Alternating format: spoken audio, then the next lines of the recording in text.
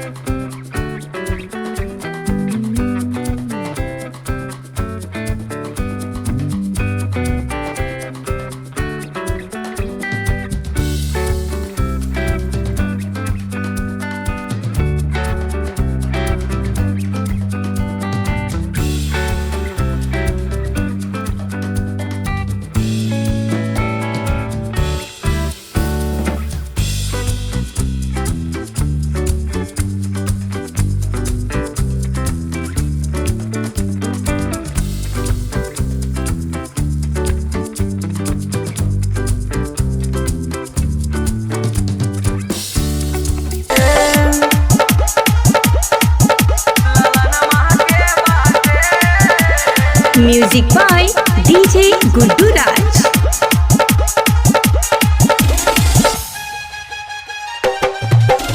DJ Guddu Madhubani, DJ Guddu Madhubani.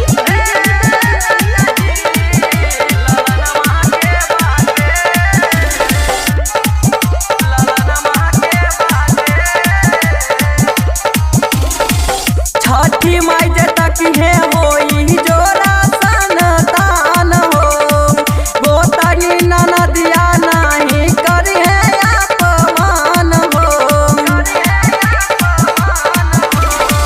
Chhathi Mai जे तक है होई जोरा सनतान हो, गोतनी ननदिया नहीं करी है अपमान हो।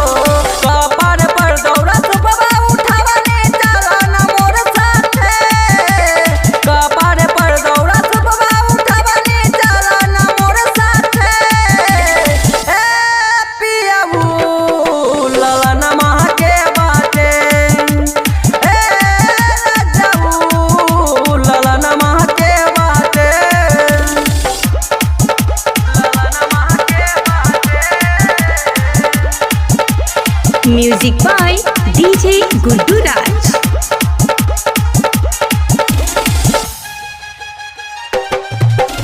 DJ Guddu Madhubani, DJ Guddu Madhubani.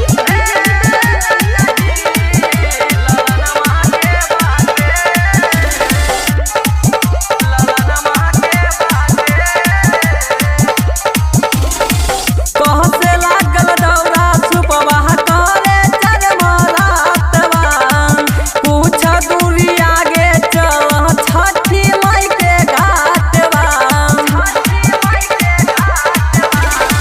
कहसे लागल दौरा सुपवाह करे चरमरातवा, पूछ दूरे आगे चल छठी माई के घाटवा।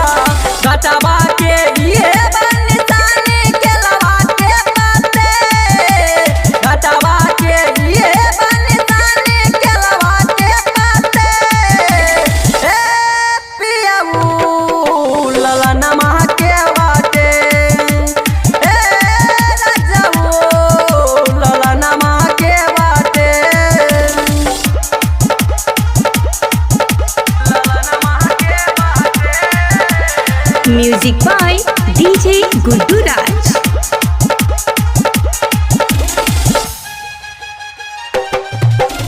DJ Guddu Madhubani, DJ Guddu Madhubani, DJ Guddu Madhubani.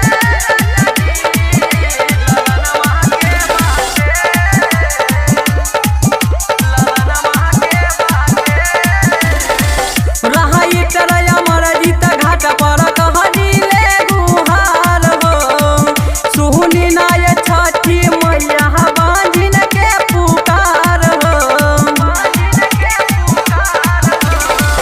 रहबिन